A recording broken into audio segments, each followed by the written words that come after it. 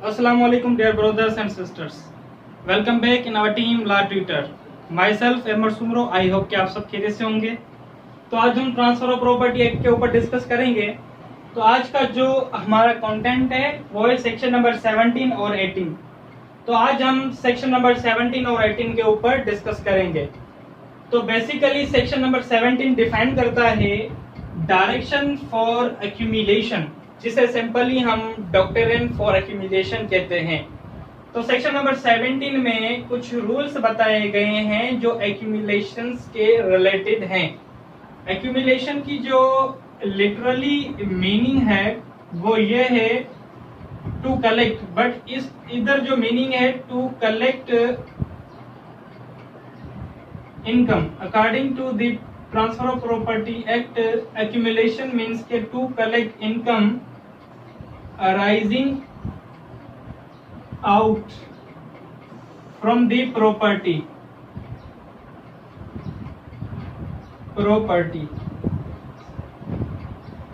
for the benefit of transferee।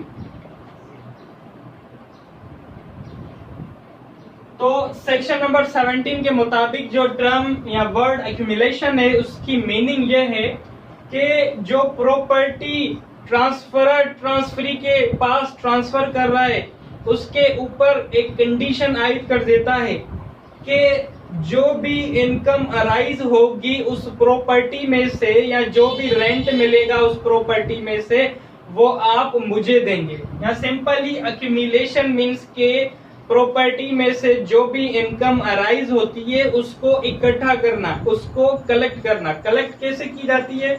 Collect एक bank के जरिए भी की जाती है। जो भी अमाउंट आपको मिले आप डायरेक्ट बैंक में कर दे। तो यहाँ पर सेक्शन नंबर 7 के मुताबिक जो एक्यूमुलेशन की कंडीशन रखी गई है ट्रांसफर के ऊपर वो बिल्कुल वाइड है। वाइड कैसे है मैं आपको बताता हूँ। तो सबसे पहले मैं आपको बता दूं ये डॉक्ट्रिन ऑफ एक्यूमुलेशन का जो कॉन्सेप्ट है ये 1859 में आया था। 1859 में एक केस था थेलोसन वर्सेस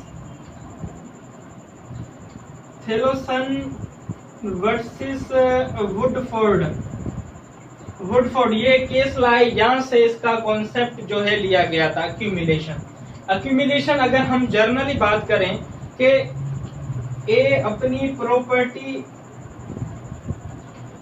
सेल करता है इसको बी को, और ये कंडीशन आयद कर दे बाय सेल ये प्रॉपर्टी आपकी सेल हो रही है। यहाँ पर ये कंडीशन आयद कर दे कि भाई बी इस प्रॉपर्टी में से जो भी इनकम आपको मिलेगी, जो भी बेनिफिट मिलेगा, जो भी रेंट मिलेगा वो आप उसको क्या करेंगे? एक्यूमुलेट करेंगे, मीन्स के कलेक्ट करेंगे।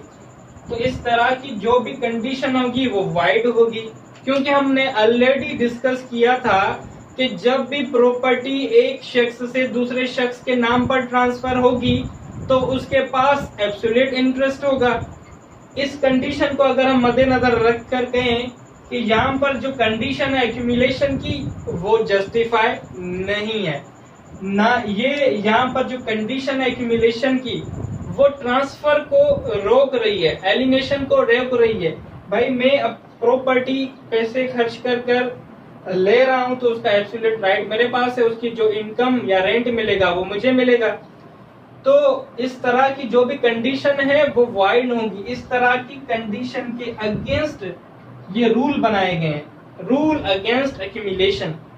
तो कुछ ऐसी सर्कमस्टेंसेस होती हैं जहां पर हम एक्यूमुलेशन की कंडीशन लगा सकते हैं।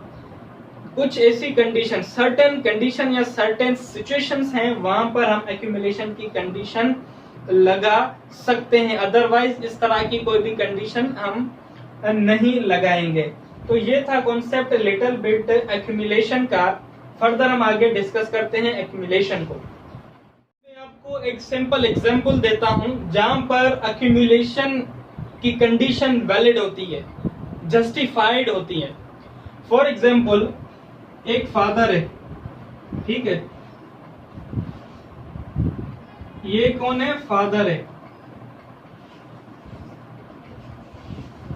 ये अब बड़ी अपनी जिंदगी में बड़ी मेहनत करने के बाद, जद्दोजहद करने के बाद, मजदूरी करने के बाद एक प्रॉपर्टी लेता है या एक पैसे इकट्ठा करता है।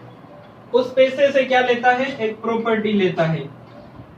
ठीक है, मेहनत करने के बाद, जद्दोजहद करने के बाद एक पैसे इकट्ठे करता है। पैसे इकट्ठे करने के बाद एक प्रॉपर्टी खरीदता है। ठीक है, तो उसने ये प्रॉपर्टी खरीदी। अब ये फादर देख रहा है कि मेरी हयाती का कोई भी भरोसा नहीं है, मैं इस प्रॉपर्टी की इंटाइटलमेंट अपने बेटे को ट्रांसफर कर दूं, अपने सन को ट्रांसफर कर दूं। बट इसका फादर देख रहा है मेरा जो ये बेटा है वो नालायक बेटा है। मेरा जो बेटा है उसको मैं जो भी चीज लेके देता हूं वो बेच देता है और उस पैसे को उड़ा देता है। मीन्स के एक वर्स्ट सिचुएशन है इसके बेटे की, या वो अनसाउंड माइंड है। तो इसका फादर देख रहा है कि अगर मैं इसको ये प्रॉपर्टी की इंटाइटलमेंट दूंगा, ये प्रॉपर्टी को बेचकर पैसे खा जाएगा, तो मेरी इतनी मेहनत करने का क्या फायदा।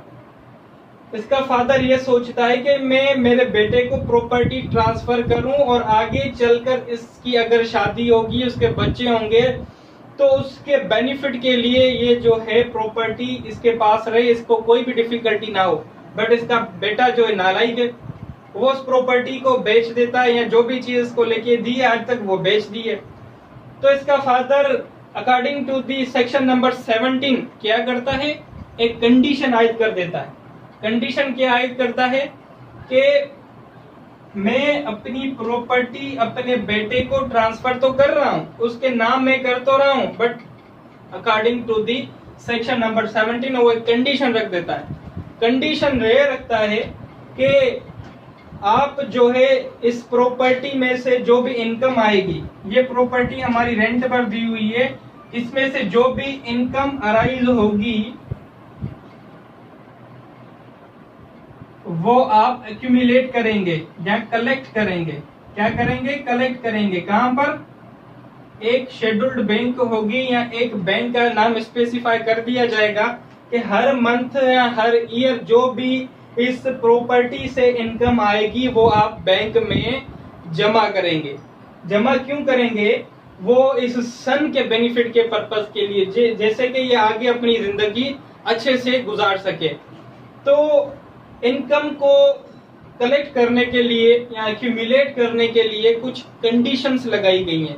यहाँ पर हमारी ये कंडीशन वैलिड है। इस जो सिचुएशन को मद्देनजर रख के अगर हम देखें तो एक्यूमुलेशन की जो कंडीशन है यहाँ पर जस्टिफाई है, यहाँ पर अलो है, यहाँ पर हम लगा सकते हैं। इस तरह की जो भी कंडीशंस होंगी वहां पर हम एक्यूमुलेशन का कॉन्सेप्ट या एक्यूमुलेशन के जो भी रूल्स होंगे वो यहाँ पर लगा सकते हैं, क्योंकि ये कुछ कंडीशन ही ऐसी है, सिचुएशन कुछ ऐसी है। ठीक है, तो ये तो कंडीशन लग गई। उसके बाद जो है दो कंडीशंस हैं, कितने अरसे तक ये जो प्रॉपर्टी की इनकम अराइज होगी या कितने अरसे तक according to the section number 17 income जो है कितने अरसे तक कलेक्ट की जाएगी जो भी अराइज होती है इस प्रॉपर्टी से। तो इसके ऊपर कुछ लिमिटेशन या दो कंडीशन सिंपल ये हम कहें जो सेक्शन नंबर 17 में दी गई हैं। दो कंडीशन है, टू कंडीशन। एक तो life of transferor, life of transferor. दूसरी कंडीशन है 18 year from the date of transfer, date of transfer. ये दो कंडीशंस हैं जो आपकी एक्यूमुलेशन के रिलेटेड बात करती हैं। एक कंडीशन ये है कि जब तक ट्रांसफरर जिंदा है, मींस कि ये फादर जब तक जिंदा है तब तक इस प्रॉपर्टी की इनकम एक्यूमुलेट कलेक्ट की जाएगी, जब तक ट्रांसफरर जिंदा है। एक कंडीशन ये है।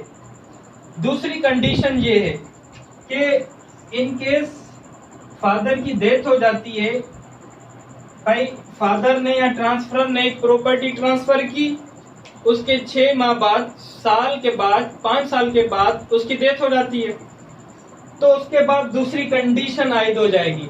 भाई जिस डेट को ट्रांसफरर ने अपनी प्रॉपर्टी ट्रांसफरी को ट्रांसफर की, उस डेट के बाद जब 18 साल होंगे या 18 साल तक ही ये जो सन है ये इनकम को कलेक्ट करेगा। 18 साल तक, 18 साल जब मुकम्मल हो जाएंगे तो जो भी इनकम कलेक्ट की गई होगी वो सब की सब सन को मिल जाएगी। या फॉर एग्जांपल इधर कुछ कंडीशन और भी हैं कि जो ट्रांसफरर है वो प्रॉपर्टी ट्रांसफर करता है और वो 20 साल के बाद, 25 साल के बाद या 30 साल के बाद उसकी डेथ हो जाती है, तो 18 साल के बाद जब भी ट्रांसफरर की डेथ होगी, उसके बाद जब जिस दिन डेथ हुई उसी दिन से ये कंडीशन खत्म हो जाएगी। 18 साल के बाद जब भी ट्रांसफरर की डेथ हुई तो ये कंडीशन क्या है, आपकी खत्म हो जाएगी, 18 साल से पहले नहीं हो सकती।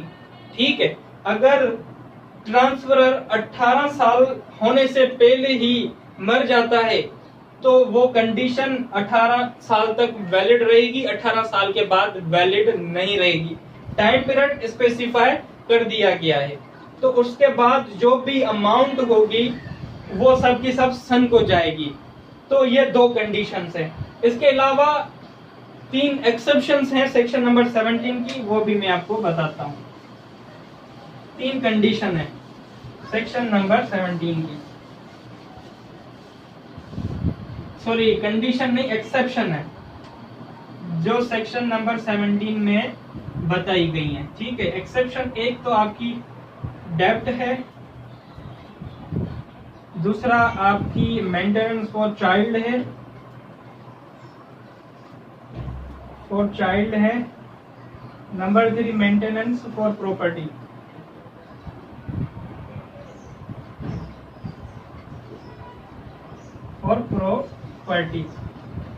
ये 3 एक्सेप्शंस हैं।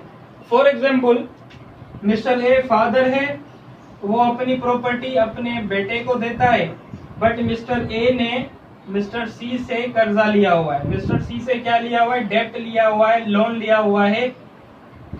तो जो भी इनकम अराइज होगी प्रॉपर्टी से, मिस्टर बी क्या करेगा, सबसे पहले उस प्रॉपर्टी में से जो भी इनकम अराइज हुई है वो उस प्रॉपर्टी में से पहले मिस्टर सी को पैसे देगा, क्योंकि मिस्टर सी से मिस्टर ए ने लोन लिया था, तो लोन पहले उस प्रॉपर्टी से जो है दिया जाएगा। लोन देने के बाद क्या होगा, जो भी डेब्ट होंगे उस प्रॉपर्टी के ऊपर, या मिस्टर ए ट्रांसफरर ने जो भी लोन लिया होगा किसी दूसरे शख्स के पास, तो जो भी एक्यूमुलेशन हुई होगी, एक्यूमुलेट हुए होंगे पैसे, उनमें से डेब्ट को दिया जाएगा। रिमेनिंग जो पैसे बचेंगे उसको चाइल्ड की मेंटेनेंस के ऊपर खर्च किया जाएगा। मींस के ये मिस्टर ए है, इसके छोटे छोटे अगर बच्चे हैं, ये इसकी डेथ हो जाती है, तो मेंटेनेंस के लिए, उस बच्चों की मेंटेनेंस के लिए पैसे भी यहाँ से इस एक्यूमुलेशन से लिए जाएंगे जो प्रॉपर्टी वो दे रहा है।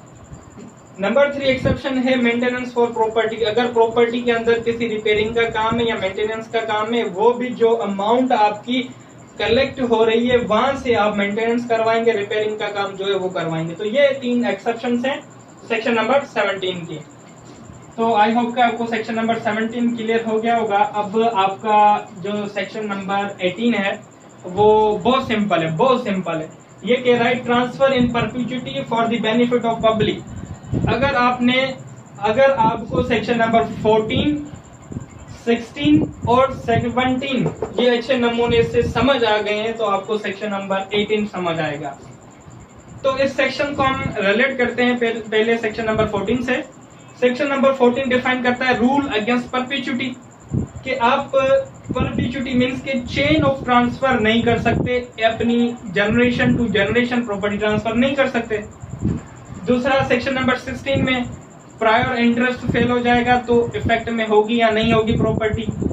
सेक्शन नंबर 17 डिफाइन कर रहा है डायरेक्शन फॉर एक्यूमुलेशन, या आप कहें डॉक्ट्रिन ऑफ एक्यूमुलेशन।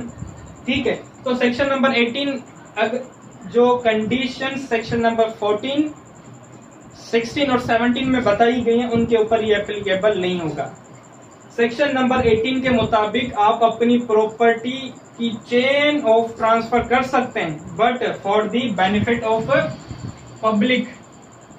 पब्लिक के बेनिफिट के लिए आप अपनी प्रॉपर्टी की चेन ऑफ ट्रांसफर कर सकते हैं। पब्लिक पर्पस कैसे, पब्लिक बेनिफिट कैसे? आप अपनी प्रॉपर्टी रिलीजियस पर्पस के लिए दे दें, आप अपनी प्रॉपर्टी स्कूल पर्पस के लिए दे दें, आप अपनी प्रॉपर्टी एजुकेशन पर्पस के लिए दे दें, आप अपनी प्रॉपर्टी मदरसे के लिए दे दें, आप अपनी प्रॉपर्टी मस्जिद के लिए दे दें, या आप अपनी प्रॉपर्टी हॉस्पिटल के लिए दे दें। तो ये जो भी प्रॉपर्टी आप सेक्शन नंबर 18 के तहत देंगे, ये चेन ऑफ ट्रांसफर या उसके ऊपर सेक्शन नंबर 14, 16 और 17 एप्लीकेबल नहीं होंगे। पब्लिक पर्पस के लिए आप अपनी प्रॉपर्टी की चेन ऑफ ट्रांसफर परपेचुइटी कर सकते हैं। तो ये था आपका सेक्शन नंबर 17 और 18। तो आई होप कि आपको कॉन्सेप्ट क्लियर हो गया होगा। अगर आपको कोई भी क्वेश्चन है वो आप कमेंट सेक्शन में पूछ सकते हैं। अल्लाह हाफिज, मिलते हैं नेक्स्ट लेक्चर में।